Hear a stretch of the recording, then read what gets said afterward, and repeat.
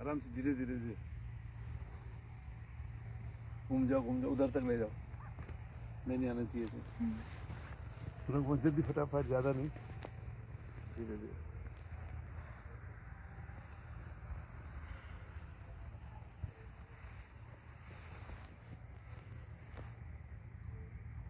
Okay, धीरे धीरे धीरे धीरे धीरे।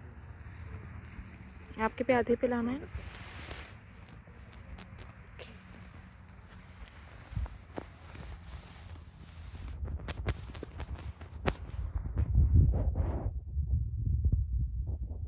नमस्कार। इसी एपी की इस स्टेज पर मैं बालेंदु प्रकाश आपका स्वागत करता हूँ। नमस्कार, गुड मॉर्निंग, सत श्री अकाल, अस्सलाम वालेकुम। मुझे जबलपुर निवासी डॉक्टर सुमित श्रीवास्तव जी का आग्रह हुआ कि हम आयुर्वेद में जो आहार की प्रासंगिकता है जीवन के लिए, उसके विषय में अपने अनुभवों को आप लोगों के साथ साझा करूं। तो आज इस क्रिसमस के बाद belated merry Christmas to all. ये सुबह है और मैं खड़ा हूं उत्तर प्रदेश के रामपुर ज़िले के बिलासपुर तहसील के अंदर एक सिकरौरा गांव है। चारों तरफ आप देख सकते हैं, ये एक देहात क्षेत्र है। यहाँ पर मेरा एक डेयरी फार्म है और रसशाला है, जहाँ पर मैं औषधियाँ, रसशास्त्र पर आधारित औषधियाँ बनाकर अपनी चिकित्सा में प्रयोग करता हूँ। परंतु आयुर्वेद का सिद्धांत है चिकित्सा में, क्या केवल औषधि से चिकित्सा संभव नहीं है?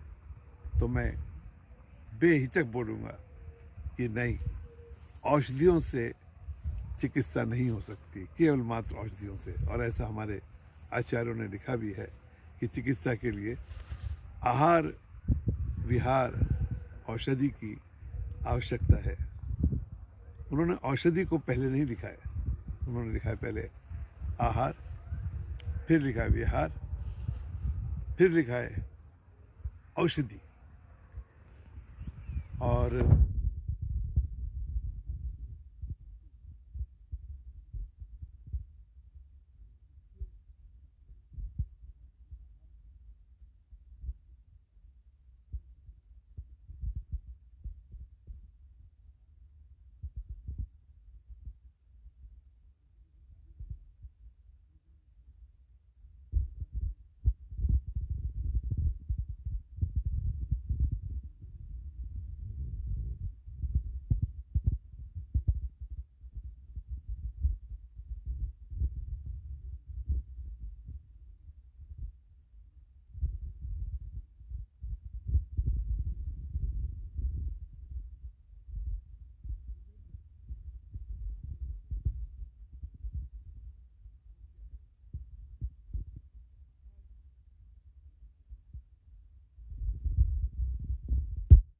आयुर्वेद में लिखा है कि आहार तो ठीक है,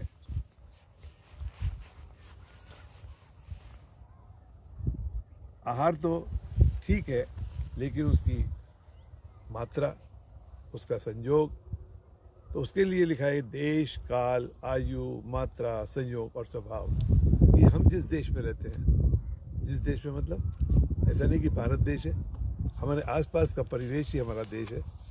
जैसे आज ये हेमंत ऋतु का उत्तरार्ध प्रारंभ में है, 1 महीना ख़त्म हुआ है, तो ये हेमंत ऋतु है, तो ये काल है। देश मतलब ये जो वेस्टर्न यूपी का एरिया है, ये इस समय हमारे लिए देश है। आयु है, जो मेरी आयु है या आपकी आयु है। फिर उसके साथ खाना तो बहुत अच्छा है, पर उसकी मात्रा के बारे में लिखा है। फिर उनके संयोग लिखे हैं कि किन चीज़ों को किन के साथ खाना है, और एक लिखा है स्वभाव की, नेचुरल एलर्जी।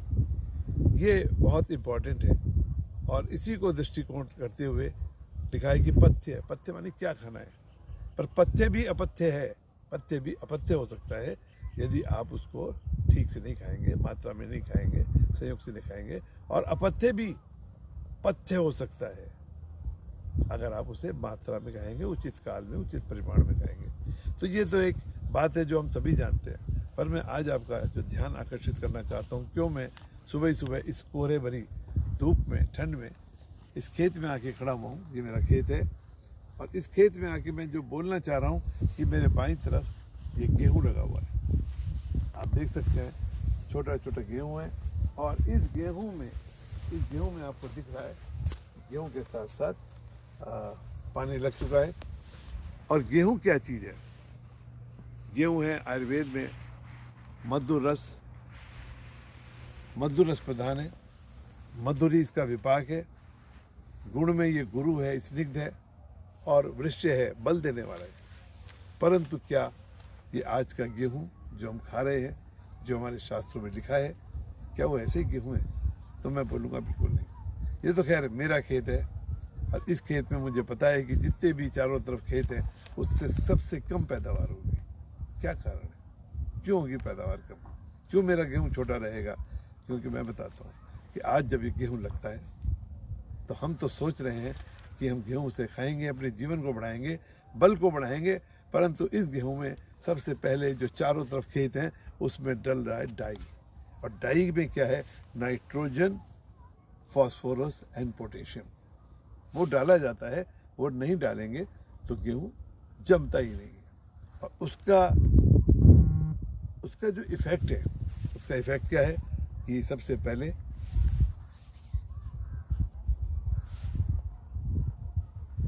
थायराइड पर इसका इफेक्ट आएगा। और तो आजकल बढ़ती हुई बीमारियां हैं थायराइड, परंतु थायराइड कंडीशन पे इसका इफेक्ट है। और बहुत सारे जो ह्यूमन कैंसर हैं उसको ये पैदा कर सकता है। इसके साथ है कि न्यूरल ट्यूब डिफेक्ट्स हैं जो कि फीटस डेवलपमेंट पे इफेक्ट करते हैं, और डायबिटीज़। तो इस डाई के साथ जो गेहूं पैदा होगा, क्या वो हमारे लिए औषधि होगा या हमारे ऊपर विषाक्त प्रभाव करेगा? ये एक विचारणीय प्रश्न है। बात केवल नाइट्रोजन, फास्फोरस और पोटेशियम पे ही नहीं रुकी है, बात इससे भी आगे है। बात इसके आगे है कि जब ये गेहूं अब थोड़ा सा बड़ा हो रहा है, इतना सा हो रहा है, तब इसमें डलेगा यूरिया। यूरिया भी खाद है, इसकी ग्रोथ होगी, और ये ग्रोथ क्या करेगी? यूरिया क्या करेगा कि हमारा जो रेस्पिरेटरी ट्रैक्ट है उसको इरिटेट करेगा, और स्किन को इफेक्ट करेगा, डर्मेटाइटिस। तो इतनी सारी बीमारियां क्यों बढ़ रही हैं? क्योंकि हम दिन प्रतिदिन अपने प्रयोग में ये पहले तो नाइट्रोजन, फास्फोरस एंड पोटेशियम, फिर यूरिया, और इसके बाद तीसरा जो केमिकल है उसे सुनेंगे तो शायद होश ही फाख्ता हो जाए। अब डलेगा हर्बिसाइड्स। What is herbicide? एक तो पेस्टिसाइड, व्हाट इज हर्बिसाइड? तो ये जो गेहूं है, इस गेहूं में कुदरती घास पैदा होगी, खरपतवार पैदा होगी, और उसको मारने के लिए हमारे वैज्ञानिकों ने एक बहुत अच्छा इलाज किया है। पहले हम नलाई करते थे, इसमें खुरपी लेके घास को निकालते थे, परंतु अब क्या हो रहा है? अब हो रहा है कि साहब इसमें खरपतवार निकालने के लिए हर्बिसाइड डाले जाते हैं, और हर्बिसाइड कई तरीके के हैं, और इसमें है सबसे ज़्यादा जो होता है 24D करके एक आता है, जिसका है 24D फिनॉक्सी एसिटिक एसिड। ये घास पतवार को मारता है, पर उसके साथ साथ क्या करेगा? आई में इरिटेशन, वॉमिटिंग, एनोरेक्सिया, भूख की कमी, डायरिया, हेडेक, और confuse and aggressive behaviour, kidney failure, skeletal muscle fatigue, neurological and immune system पर ये इफेक्ट करता है। तो कोई कारण नहीं है कि इस 50 सालों में, पिछले 50 सालों में जो हमने खेती को केमिकल पर निर्भर बनाया और धीरे धीरे हमारे इम्यून सिस्टम पर इफेक्ट हुआ। ये केवल गेहूं की बात नहीं है, ये मटर की भी बात है, ये चने की भी बात है, ये सभी खाद्य पदार्थ जितने भी सीरियल्स हैं उनके ऊपर ये बात है। तो ये इसका इफेक्ट करता है। अभी पिक्चर चालू है, इसके बाद इसमें दीमक ना लग जाए। दीमक ना लग जाए तो इसके लिए लगेगा एंटी टर्माइट। और ये है क्लोरीपायरीफॉस है। इसको जब डाला जाएगा तब इससे क्या होगा, दीमक तो मरेगी, पर ये हमारे शरीर पर इफेक्ट डालेगा रनिंग नोज का, टीयर्स का, आंखों से पानी का, इंक्रीज सलाइवा और drooling, sweating, headache, nausea, dizziness, vomiting, abdominal muscle cramp, muscle twisting, tremors, weakness, loss of coordination and blood vision. ये एंटी टर्माइट का हमारे मानव शरीर पर असर होगा। दीमक तो गई, अभी भी और भी है। अब क्या डालेंगे, अब गेहूँ थोड़ा और बड़ा हुआ, बाली आ गई है, और इस बाली को कीड़े से बचाने के लिए हम डालेंगे पेस्टिसाइड्स। और ये पेस्टिसाइड्स हैं, कार्बोसल्फान है, फॉस्फोमिडान है, 85 मिथाइल डेमिटोन है। ये बड़े बड़े नाम हैं, और इन सब का जो असर हो रहा है, पहलर, शरीर में खून की कमी को करना, nausea, vomiting, diarrhoea, cytotoxic, genotoxic, headache, convulsions, ये सब इनके साइड इफ़ेक्ट लगातार होते हमारे शरीर पे आ रहे हैं। तो आज हम कोविड एरा के युग में जी रहे हैं। ये एक दिन में नहीं हुआ है। मैं आज भी देख रहा हूँ कि यहाँ के खेत खलिहान में जो लोग रह रहे हैं पिछले 9 महीने से, इस इलाके में कोविड के केस नहीं के बराबर है, और किसी को हुआ भी वो 2-4 दिन में ठीक हो गया। तो परंतु शहरों में जो खाद्य पदार्थ जा रहे हैं, अभी ये जो गेहूँ पैदा हुआ है, इसके बाद अभी एक चीज़ और बाकी है, उसका नाम है सल्फास। अब गेहूँ तैयार हो गया है, फसल कट गई है, इसको स्टोर किया जा रहा है बोरियों में, गोडाउन्स में। वो अब पहुँचेगा फ्लोर मिल में, और उसमें कीड़ा ना लगे उसके लिए डाला जाता है सल्फास। सल्फास खा के लोग आत्महत्या भी करते हैं। सल्फास एक जहर है, और इस सल्फास को जब गेहूं में रख दिया गया है तो उसका असर गेहूं में जा रहा है। वो कीड़ों को तो नहीं आने दे रहा है, परंतु वो हमारे तरफ रोगों को ला रहा है, कीड़ों को भगा रहा है, परंतु रोगों को ला रहा है। और इससे क्या होता है कि सीवियर हाइपोटेंसिव है, ये रिफ्रैक्टरी है टू डिप्रेसिव थेरेपी है, डिजीनेस है, फटीग है, tightness in chest, headache, nausea, vomiting, diarrhoea, anorexia, numbness, paraesthesia, tremor, muscle weakness और जॉन्डिस, ये सब इस सल्फास से होते हैं। तो हम आहार खा रहे हैं किसके लिए, शरीर की शुद्धि के लिए। आहार शुद्धौ सत्व शुद्धौ, पर ये विष है, आहार है कि विष है। हमको आवाज़ उठानी पड़ेगी, सरकार से डिमांड करनी पड़ेगी कि आप जिस तरह हमें अच्छा पेट्रोल दे रहे हैं, अच्छा डीजल दे रहे हैं, तो आप हमसे टैक्स लेते हैं, कम से कम कुछ तो करिए कि हमें केमिकल फ्री गेहूं दीजिए। आप हमें 90 रुपये का डीजल दे सकते हैं, हम पैसा देने को तैयार हैं, परंतु हमें अच्छा गेहूं तो दीजिए। आप जब किसानों को 17 रुपये और 18 रुपये का गेहूं दे रहे हैं, तो उनके सामने मजबूरी है कि वो अपनी पैदावार को बढ़ाए। अगर इस खेत में 5 कुंटल गेहूं हो सकता है, और आप देंगे कि साहब 5 कुंटल के लागत अगर 40 रुपये आएगी, वो 18 रुपये में नहीं होगी, तो मैं इस वीडियो के माध्यम से पॉलिसी मेकर्स को आग्रह करना चाहता हूँ, हम जनता हैं, हमें अगर ऐसा खाना मिलेगा, हमारे ऊपर बीमारियों का बोझ पड़ेगा, तो हमारी अर्थव्यवस्था पर भी फोर पड़ेगा, क्योंकि एक तंदुरुस्ती ही है जो हमको ही नहीं तंदुरुस्त करती है, पूरे देश को तंदुरुस्त करती है।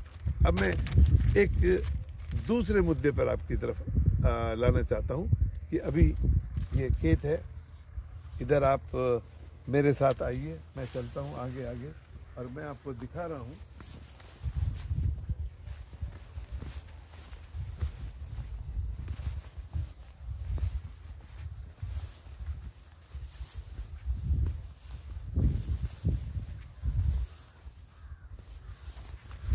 मैं इस समय आ गया हूँ अपनी क्यारियों में।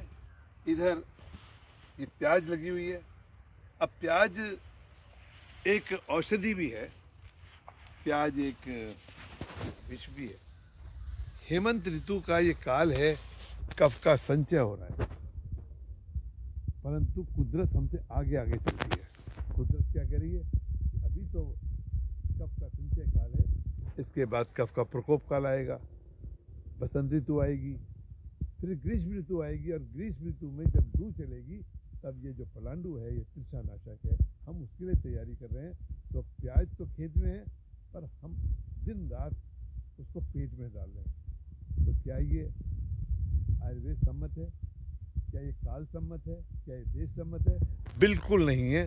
तो हमें मौसम के हिसाब से जिस समय इसकी हार्वेस्टिंग होगी उसी समय खाना चाहिए। अब मैं दिखाता हूँ, ये है मटर, ये मटर का पौधा, इसमें सर ये मटर का पौधा है, और इसमें अब क्योंकि इसमें कोई हर्बिसाइड नहीं डाला गया है, तो आप देख रहे हैं बथुआ हो रहा है, ये बथुआ हो रहा है इसमें।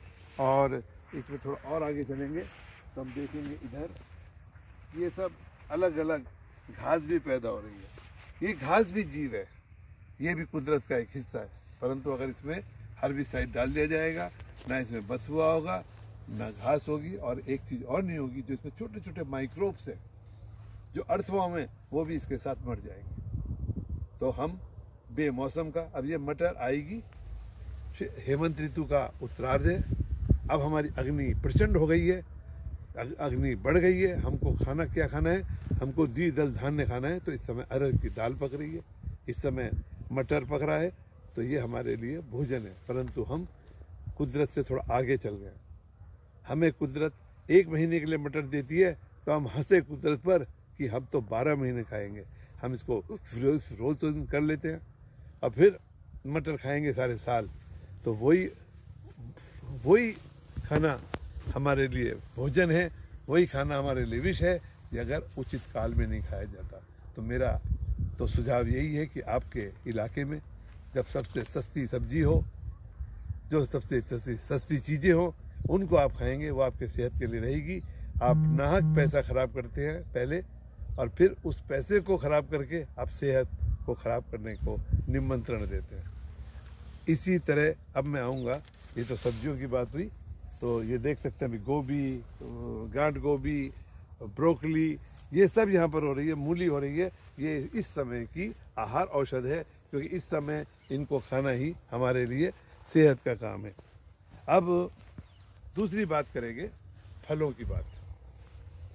केला, सेब, ये सब हमारे आम, ये सब हमारे फल हैं, पर हम इनके उगाने में फिर केमिकल्स का, पेस्टिसाइड का इस्तेमाल कर रहे हैं, जहरी जहर।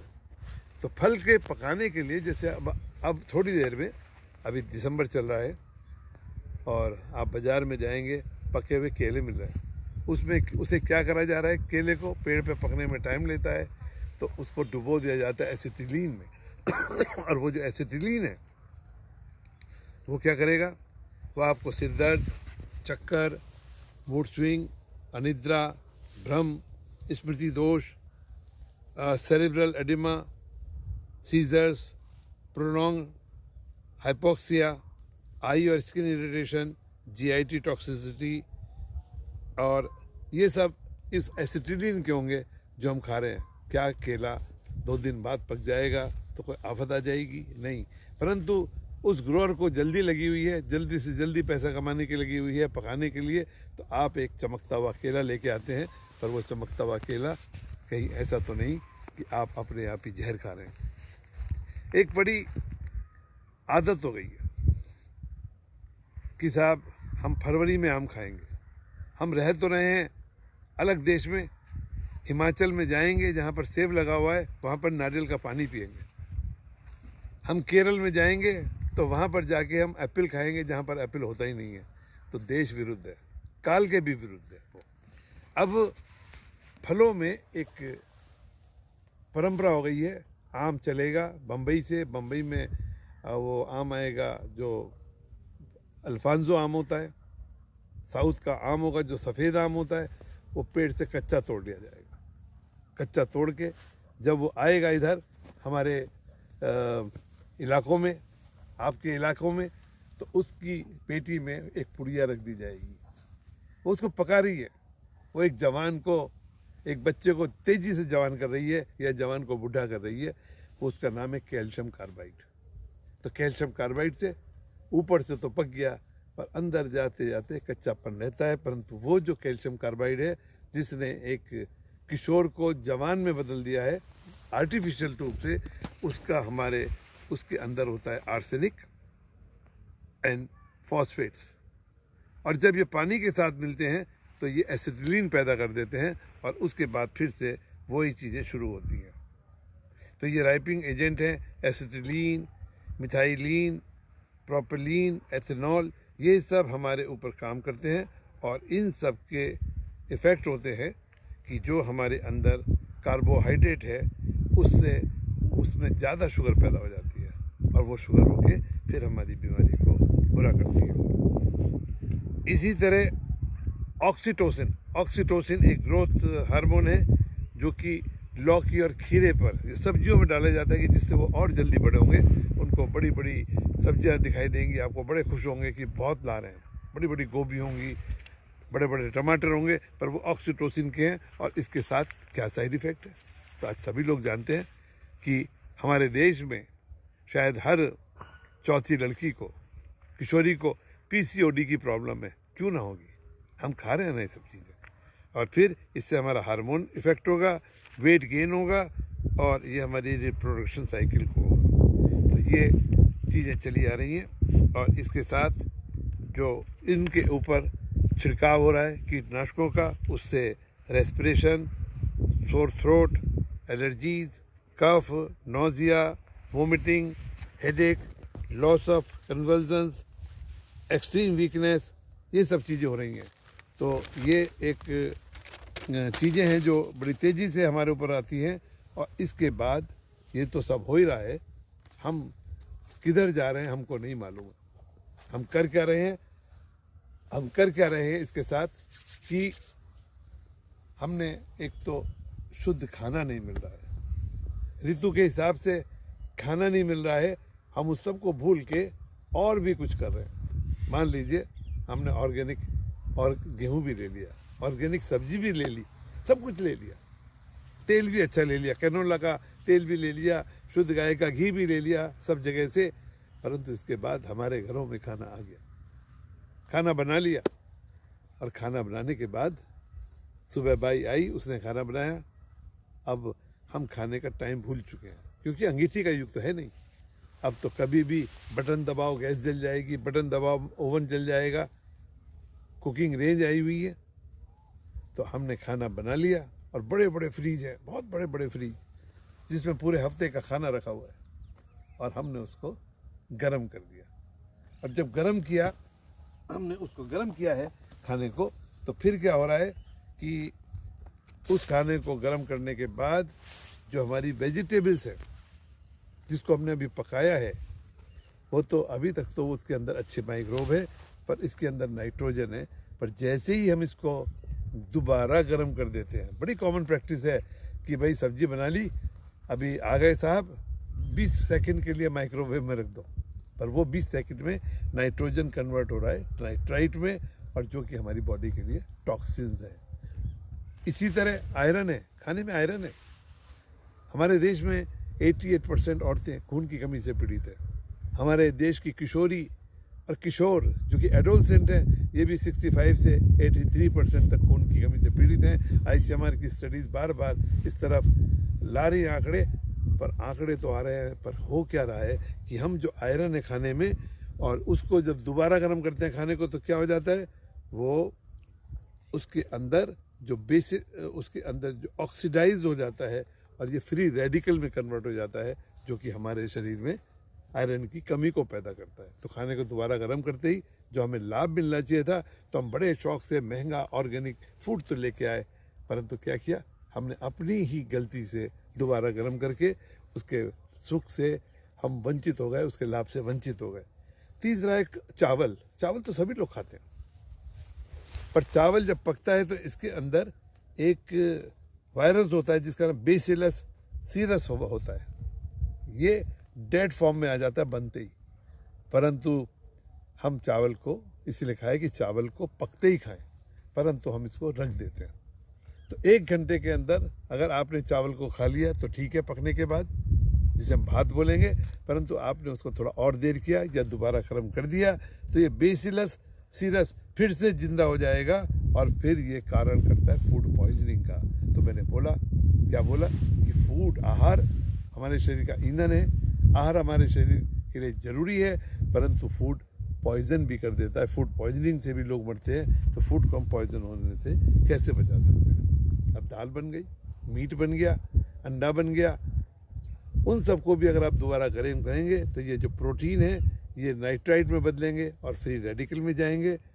और कोल्ड कंप्रेस्ड ऑयल, एक फैशन और है कि भाई हम तो अब कोल्ड कंप्रेस्ड ऑयल खाते हैं, बड़ा महंगा खाते हैं, सरसों का तेल, तिल का तेल, मूंगफली का तेल सब के अंदर है और इसमें ओमेगा 3 है। ये हमारे शरीर के लिए बहुत ही बढ़िया चीज़ है, परंतु जैसे ही आप इसके बने हुए पकौड़ों को दोबारा गर्म करते हैं या बने हुए भोजन को दोबारा गर्म करते हैं तो ये रेंसिड में बन जाता है और जो रेंसिड है वो हमारे शरीर के लिए घातक होता है। तो ये कुछ चीज़ें हैं हमारे आहार के लिए कि आहार जिस देश में हो, जिस काल में हो और जो आपकी आयु के साथ, आपकी अग्नि के साथ ठीक हो उसको खाएं। परंतु हमारे तरफ आज चौतरफा मार हो गई है, चौतरफा मार। हम मौसम के हिसाब से आज ये देखिए चारों तरफ बथुआ हो रहा है। ये बथुआ इस मौसम में अमृत है, इसको रोज़ खाना चाहिए। बाजरे और मक्की में बथुआ मिला के इसकी रोटी बड़ी स्वाद बनती है और यह शरीर के लिए फ़ायदेमंद भी है। परंतु हम कुछ और कर रहे हैं, हम वो कर रहे हैं कि साहब जो सब्जियां हमारे से दूर 500 किलोमीटर दूर से आ रही हैं, जो थोड़ी महंगी हैं, 100 रुपये किलो की हैं, हम उन्हें खाने में अपनी शान समझते हैं। तो आहार को शरीर के लिए एक ईंधन मान के, उसकी शुद्धता के लिए, उसे रसायन रहित करने के लिए हमें प्रयास करने चाहिए। हमें अपनी आवाज़ उठानी चाहिए, हमको अपने स्वास्थ्य को रखने के लिए। जहाँ सरकार हमें इंश्योरेंस देती है कि 40,000 रुपये की प्रीमियम तक आपको हेल्थ आपके टैक्स में बचेगा, सरकार को कुछ ऐसा करना चाहिए कि अगर आप बीमार नहीं पड़ेंगे तो आपको 1 लाख का इंसेंटिव मिलेगा या 40,000 का इंसेंटिव मिलेगा। आप अपनी सेहत के प्रति जागरूक हों और सेहत का जो सबसे पहला पक्ष है वो है आहार। उस आहार पर की शुद्धता पे ध्यान रखें, रसायन रहित पर ध्यान दें और उसके साथ आप क्या करें कि उसको मात्रा में खाएं और दोबारा गर्म करके भोजन को खाने की पद्धति को छोड़ें। और एक सबसे बड़ा टाइम है कि अपने आहार का टाइम निश्चित करें। जैसे सुबह उठ के 2 गिलास पानी पिएं। आयुर्वेद में पानी के लिए लिखा है, आहार भी है। तो पानी है अजीर्णे भेषजम वारी, वही पानी जब इंडाइजेशन हो जाएगा तो घूट घूट में औषधि का काम करेगा। जीर्णे वारी बलप्रदम, जब सुबह आप खाली पेट उठते हैं उस समय खाना जीर्ण हो चुका है, इस समय टॉनिक का काम करता है। आपको कोई टॉनिक वाटर नहीं चाहिए, सुबह सुबह खाली पेट पानी पीना ही बहुत बड़ा टॉनिक है। भोजने चामृतम वारी, भोजन के बीच में पिया हुआ पानी अमृत के समान है, घूट घूट पानी। तो 300 ml तक पानी भोजन के साथ घूट घूट पीना चाहिए। और वही पानी भोजनांते विषप्रदम, जब भोजन के अंत में हम पानी पीते हैं तो विष के समान काम करता है। तो भोजन करने के बाद फिर 2 घंटे तक हमें पानी का सेवन नहीं करना चाहिए। बहुत प्यास लगे तो 1 आध घूंट पी सकते हैं। तो आयुर्वेद एक शास्त्र है, हमारे ऋषियों मुनियों का शास्त्र है। हजारों साल के अनुभवों को उन्होंने समयबद्ध किया है। उन्होंने कभी नहीं सोचा था कि हम गेहूँ जिसके वो गुणगान गा रहे हैं उसको भी जहर बना देंगे, जो हमारी वनस्पतियाँ हैं उनको भी जहर बना देंगे, और जो कुदरत के दिए हुए फल हैं, जो फलों का राजा आम है, उस आम को भी हम कार्बाइड डाल के, पेस्टिसाइड डाल के मनुष्य के लिए जहर बना देंगे। तो फूड को पॉइजन ना होने दें, फूड को फूड ही रहने दें और इस शुद्ध आहार के साथ अपने शरीर को शुद्ध करते हुए, अपने मन मस्तिष्क को शुद्ध करते हुए एक अच्छा, अपने को अच्छा करें, अपने परिवार को स्वस्थ करें।